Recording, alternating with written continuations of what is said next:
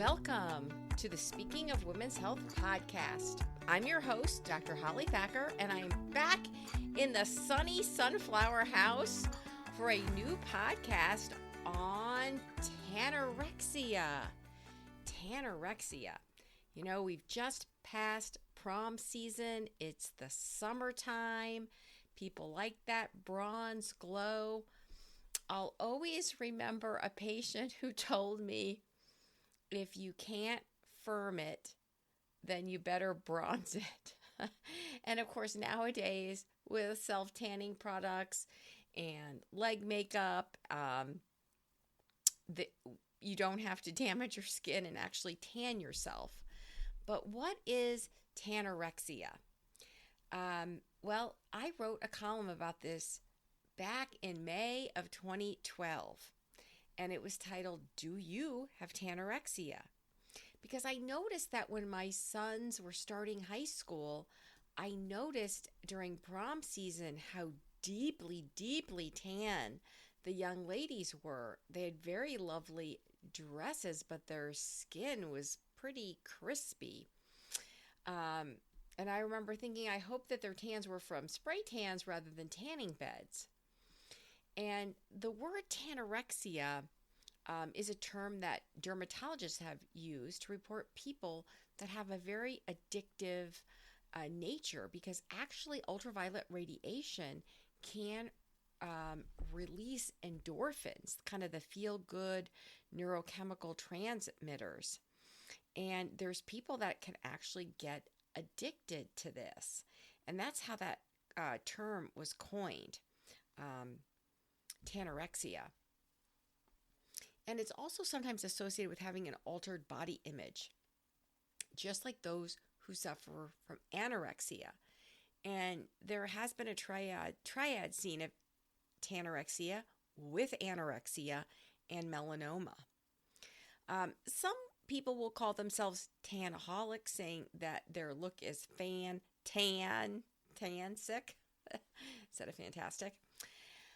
But it's important to know that all natural complexions are beautiful. Dark skin, brown skin, lighter skin, pale skin, various hues. And we need to embrace the attitude of being happy in our own skin, as well as keeping a healthy organ, the skin, which is the largest organ in the body. So I want to talk about some of the dangers of this indoor tanning. And then I also want to talk about protecting the skin.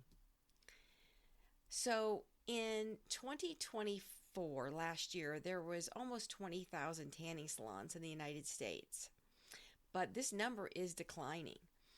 There was a decrease of 8.8% from the year before, according to Ibis World. And this brings the estimated number of salons this year in 2025 to 18,219. Now, we know that indoor tanning with ultraviolet radiation is a proven human carcinogen. And the International Agency for Research on Cancer, an affiliate of the World Health Organization, includes UV tanning devices in its Group 1, a list of agents known to cause cancer. And other things in Group 1 include agents like plutonium, cigarettes, as well as solar UV radiation. So ultraviolet tanning devices were reclassified by the FDA from a Class 1 low risk to a Class 2 moderate to high risk as of September of 2014, so 11 years ago. Indoor tanning devices can emit ultraviolet radiation in amounts 10 to 15 times higher than the sun at its peak intensity. Back in 2024, I had a podcast on the total solar eclipse and how strong the sun is and how you need very protective lenses to protect your eyes. 20 states plus the District of Columbia actually prohibit people under age 18 from going to indoor tanning places. And that includes California, Delaware, Hawaii, Illinois, Kansas, Louisiana, Maine, Maryland, Massachusetts, Minnesota, Nevada, New Hampshire, New York, North Carolina, Oklahoma, Rhode Island, Texas, Vermont, Virginia, and West Virginia. And Oregon and Washington prohibit those from under age 18 from using indoor tanning devices unless a medical prescription is provided. Now, Australia and Brazil and Iran have banned indoor tanning altogether in their countries. And it's important to note that the cost of direct medical care for skin cancer attributed to indoor tanning is over $340 million annually in the United States. And we have almost 500,000 cases of skin cancer in the U.S. each year linked to tanning, indoor tanning, including about 250,000 basal cell cancers and almost 170 squamous cell cancers and over 6,000 melanomas. And melanomas really are potentially deadly, although there's been great improvements made in immunotherapy. It's been estimated that more people develop skin cancer because of indoor tanning than develop lung cancer because of smoking. And we know how strong the causal association of lung cancer and smoking is. If you've ever tanned indoors, you have about an 83% increased risk of developing squamous cell cancer and a 29% increased risk of developing basal cell cancer.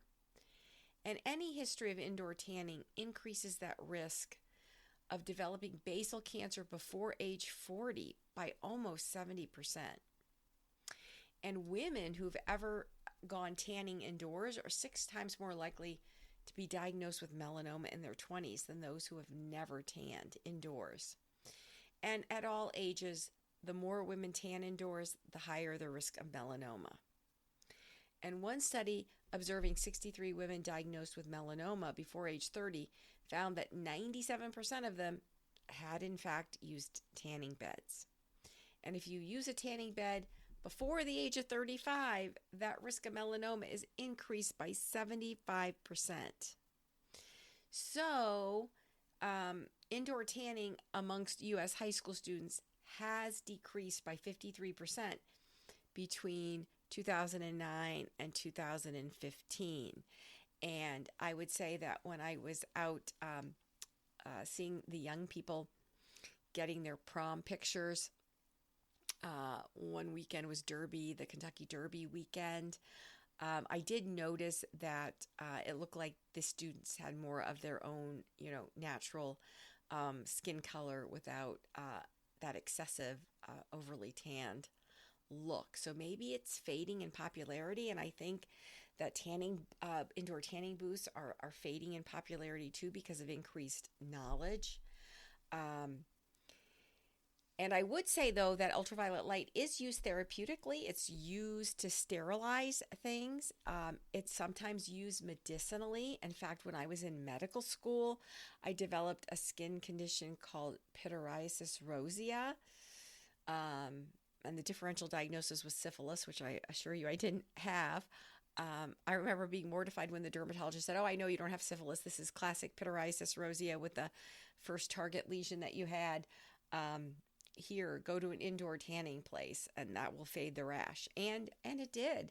And then interestingly, I developed the same rash with my when I was pregnant with my third son. And the dermatologist chuckled and said, "You're still really young," because it's usually just young people that get pityriasis rosea. So there can be some medical reasons, and a lot of people say that just natural ultraviolet light exposure not only elevates their mood, but can sometimes help acne.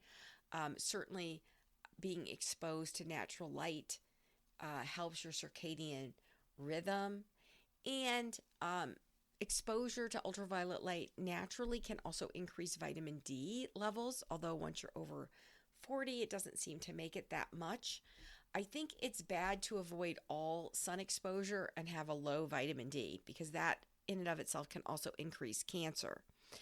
But the wavelengths that they use in some of these indoor tanning booths makes the skin damaged and dark, but really doesn't even increase vitamin D, but it does stimulate the release of endorphins, which is like kind of the body's natural opiates. And that's why you have the term addiction, because people get that hit.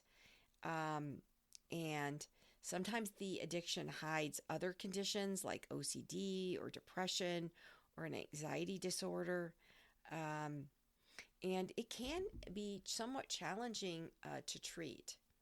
So um, it's fine to have a healthy glow and to enjoy being outside, but once you get tanning, it is a sign of skin damage. And it is evidence of some DNA damage to your skin.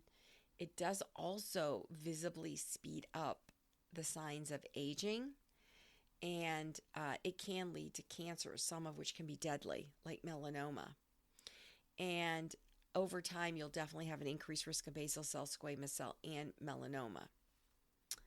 So what happens is the ultraviolet light causes genetic damage to the cells on the outside surface of the skin, and the skin is trying to protect itself by making more melanin to give it more of a natural type of sunscreen. And that's why, depending on what your classification for your skin is, based on how fair you are or how dark skinned you are, generally speaking, the darker skin you are, the stronger the skin is in terms of resisting the damage, and it takes more time to damage the skin. And those that are very fair or who don't tan, it takes the least amount of time to damage their skin. So most of us in the Sunflower House who want to be strong, be healthy, and be in charge don't want excessive aging. And the wrinkles and dark spots and weathered skin is not particularly attractive. And to do something that you think might improve your appearance but really increases the risk of disease is not a good thing. And each time you get tan, the damage builds up and it creates more genetic mutations. And in particular, indoor tanning is dangerous because it's not natural sunlight, and tanning does damage all types of skin, even people that are darker skinned. And you can still enjoy outdoor activities and being out in the sun, but it is important to be smart about this. So tanning beds, are they as harmful as the sun? The answer is yes. Whether indoors or outdoors, the UVA rays used in tanning beds can increase cancer risk. Is going to an indoor tanning booth a good way to get vitamin D? No. The truth is that ultraviolet B radiation is what helps with vitamin D, and most indoor tanning is just the UVA rays. So you don't even get the vitamin D benefits. So it's much better to get vitamin D with food or with supplements, D3K2, or exposure, 10-15 minutes a day of the exposed arms or legs without sunscreen. A lot of women ask me, should I get a base tan indoors before I go to a tropical vacation so I don't get a bad sunburn? No, tanning does not protect against sunburn. It just exposes you to more harmful rays. So shade, protective clothing, a nice wide brimmed hat, big sun umbrellas, and UV blocking sunglasses. And after age 6 months, a mineral-based zinc oxide sunscreen can be applied. A lot of women will ask me, I feel so much better when it's sunny out. Does tanning help with seasonal affective disorder? And the answer is no. The tanning does not help treat seasonal affective disorder. There are lights that have 10,000 lux of light that you can purchase and plug in, and from September to April in the northern hemisphere, when the days are shorter, 30 minutes of that light exposed in the morning does elevate the mood. So how can you protect yourself and look great? And you are listening to the Speaking of Women's Health podcast. I'm in the Sunflower Host. I'm your Executive Director and host, Dr. Holly Thacker, and we are talking about tanorexia, the skin, vitamin D, and we have several podcasts on caring for your skin, interviews with skincare estheticians, and my third podcast of season 1 is all about vitamin D, which is a mood elevator and does help to reduce cancer and other conditions. And how can you protect yourself and look great? So avoid tanning, avoid damaging your skin, and fake don't bake is the term. So if you want that golden glow, there's sunless tanning products, and there's a lot of different options to give you kind of that sun-kissed bronze look, but you still need sun protection. And even though I had that patient who told me if you can't tone, just tan it or bronze it, it's much better to try to tone your skin and tone your muscles and get radiant skin by doing aerobic, high-intensity exercise, working out. Feels good. It boosts your mood, makes you stronger. Staying hydrated helps your skin. Having a good skincare routine as well. It's so important to hydrate, particularly in the hot weather, and choose whole, unprocessed foods. And get foods rich in vitamin A, the yellow, red, orange colored fruits and vegetables are good for vitamin A and vitamin C, which helps your skin. So making healthy skin a way of your general lifestyle is important. The Skin Cancer Foundation talks about playing in the shade, knowing all about sunscreen, and we did do a prior podcast on sunscreen, covering up exposed skin. Watch out for windows because the ultraviolet light comes through windows. I don't know if you've noticed in your house areas that get a lot of sun. You can see how strong the sun is, how it can bleach out your carpet and your draperies and your furniture. Definitely say no to tanning beds. Early detection of skin cancer is important.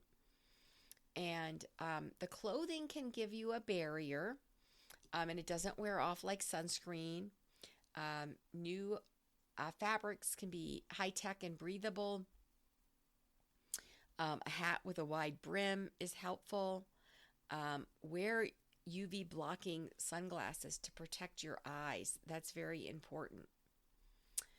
What does UPF mean? Well, that stands for the ultraviolet protection factor, and you'll see that label on clothing, hats, and some fabrics. So the number indicates what fraction of the sun's ultraviolet light penetrate the fabric. So a shirt that's UPF 50, for example, only allows 1/50th of the radiation to reach your skin as if you didn't have that shirt on. The pitfall is clothing leaves some skin exposed. The face, the forearms, the décolleté area. Playing in the shade is a good idea, especially between 10 a.m. and 3. We'll be back after a quick break. Are you ready to unlock your full potential? I want to introduce you to the Fit, Healthy, and Happy podcast, a powerful resource to transform your life today. With expert interviews, practical tips, and inspiring stories, this podcast is your roadmap to lasting wellness. Here's what a listener has to say. I used to struggle with my health, but this podcast changed everything. It's like having a personal trainer, nutritionist, and life coach totally for free. With over 2,000 five-star reviews, we're a podcast you can trust. The Fit, Healthy, and Happy podcast, available now wherever you get your podcasts. PM peak hours of sun intensity. When I go outside at lunch to walk, I'm trying to walk on the shady side of the street. I usually try to grab a visor, even if I'm going outside to get the mail to protect my face. But ultraviolet light passes through leaves and branches, and even in the wintertime, you can, even with makeup on and being in your car with the window up, and it's the reason why in America more people have left-sided skin cancers, whereas, say, in the United Kingdom, where they drive on the other side of the road, they have more right-sided skin cancers. So shade's not a perfect shield, and ultraviolet light can be reflected off of water, sand, glass, concrete. It's important to know your sunscreen, and the number tells you how long it takes for the sun's UVB rays to redden your skin compared to the amount of time without a sunscreen. So if you put SPF 30 exactly as generously and evenly applied and reapplied 2 hours after sweating or swimming, it would take 30 times longer to burn than if you weren't wearing sunscreen. Broad spectrum indicates blocking A and B rays. Water resistant, some claim to be waterproof for 40 to 80 minutes, and you can burn in the water. And it's important to reapply even if it says it's waterproof. People with sensitive skin and young people might want to just focus on the products that only use zinc oxide and titanium dioxide. They're called mineral or physical formulas. You don't have to worry about absorptions of chemicals. The pitfall is you've got to apply it liberally enough and not miss spots. I'll always remember the time my husband had this S-shaped red sunburn on his chest because he took sunscreen and just rubbed it in an S form, and he didn't have all of his skin covered. And people can have pain, they can get blisters, scarring, be uncomfortable, it can ruin your vacation, and increase your risk of cancer. Seek the seal. The bottom line is you need several types of sun protection to safeguard your skin. It takes a village, so to speak. Many products that meet stringent criteria for safe and effective UV protection have earned the Skin Cancer Foundation seal of recommendation. And be choosy about your hats and sunglasses and sunscreens, as well as your moisturizers and cosmetics. Have nice awnings, umbrellas, window film that carry the seal. So what do you do with the wee ones, your young children or grandchildren? And I'm getting another grandbaby later this summer. It's best to keep infants out of the sun for the first 6 months rather than put anything on their skin. Using hats, sunglasses, stroller shades is very important. Now, infants do need vitamin D supplementation. Breastfed babies need vitamin D, and sometimes even bottle fed, although it's usually added to that. August is Breastfeeding Awareness Month, and last August of 2024, we had a great podcast on breastfeeding and feeding your baby. Toddlers, sometimes it can be a challenge for them to wear protective hats and clothing, but if you try to get in that habit early, it's a good one. Sometimes there can be unexpected exposure if you're not planning ahead for your outside trips. You want to talk to caregivers, and I think getting some sun exposure is good because of vitamin D, particularly if you're not supplemented, but certainly you do not want to damage the skin. So glass blocks UVB pretty well, but UVA gets in. And the same thing is true of windows in your house. Generally speaking, car shields are treated to shield the driver from most UVA rays, but not the side, back, and sunroofs, interestingly. When you're in your car, protect yourself and your family, or you can get a UV protective window film applied to your window in your car or at home.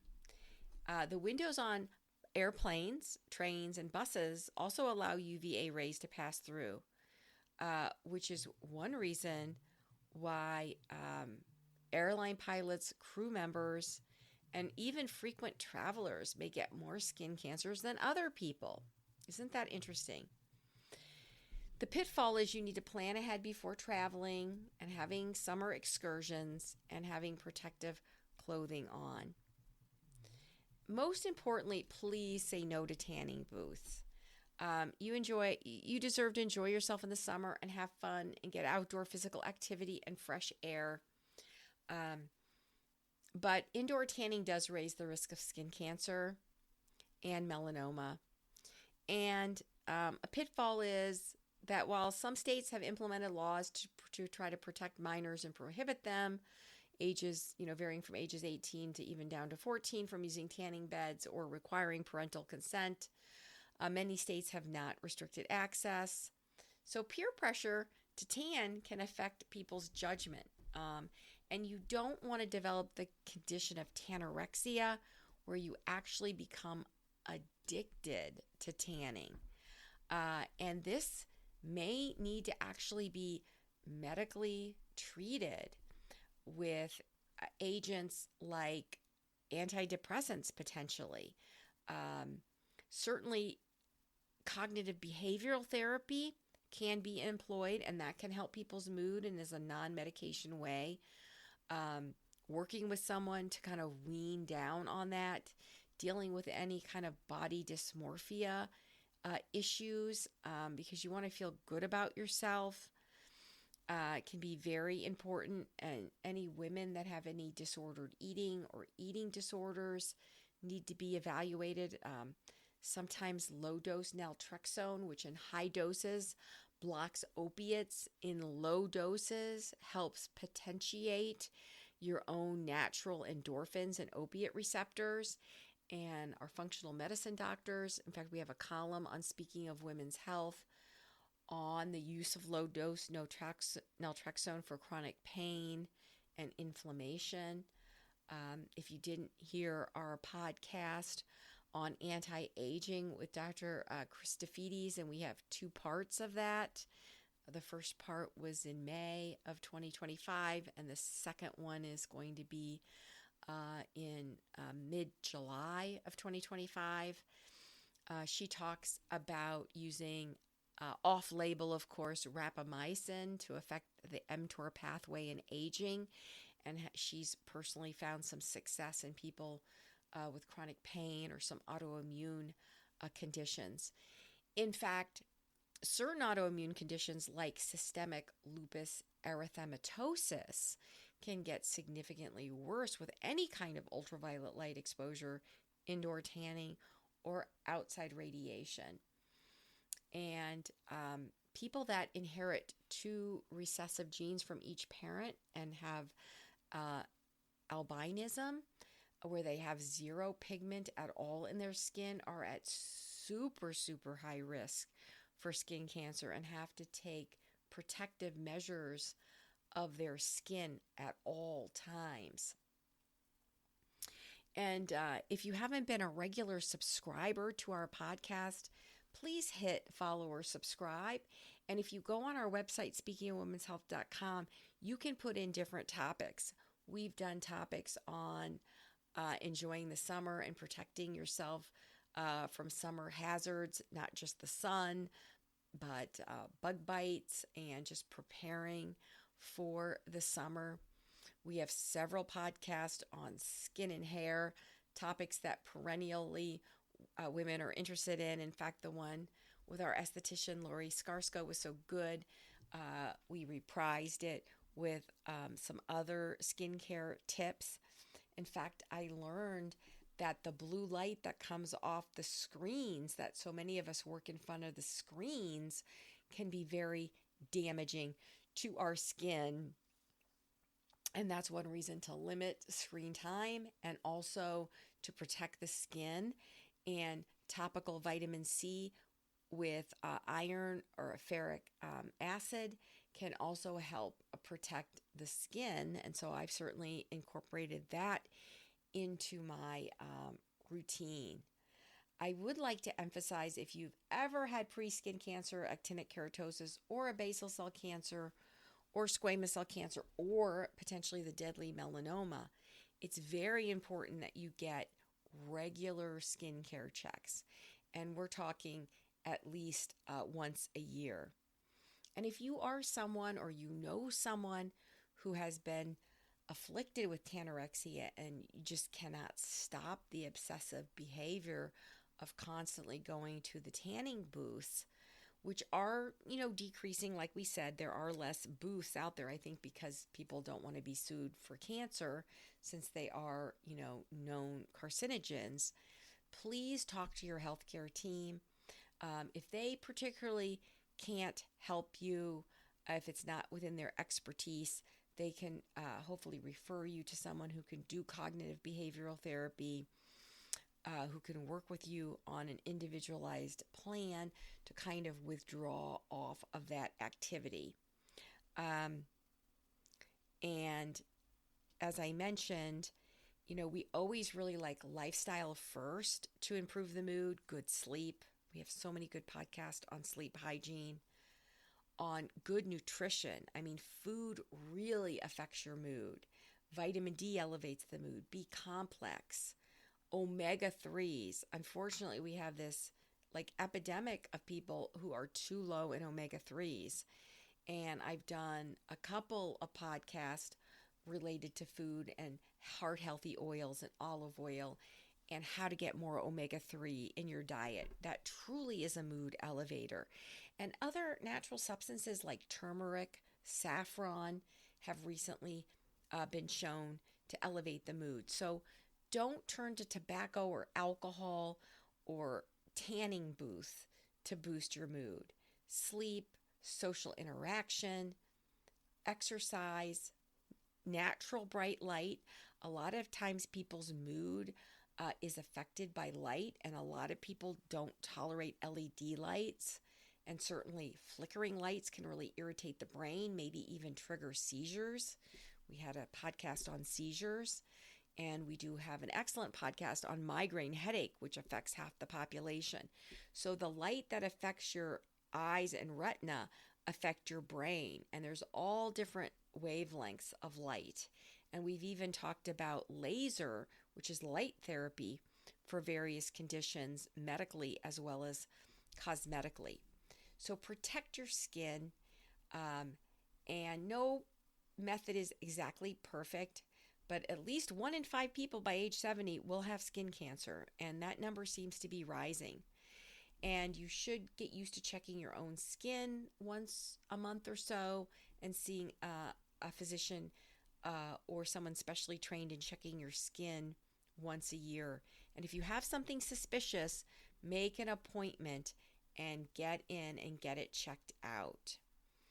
Thank you so much for listening to our Speaking of Women's Health podcast. If you enjoyed this show, please give us a 5-star rating. And if you don't subscribe, hit follow or subscribe. You can find us on Apple iTunes, Spotify, Amazon Music, TuneIn. You can make a donation to our nonprofit at speakingofwomenshealth.com and hit the give button. Don't miss a future episode, so subscribe, and I'll look forward to seeing you back in the sunny but protected, healthy Sunflower House next time. Remember, be strong, be healthy, and be in charge.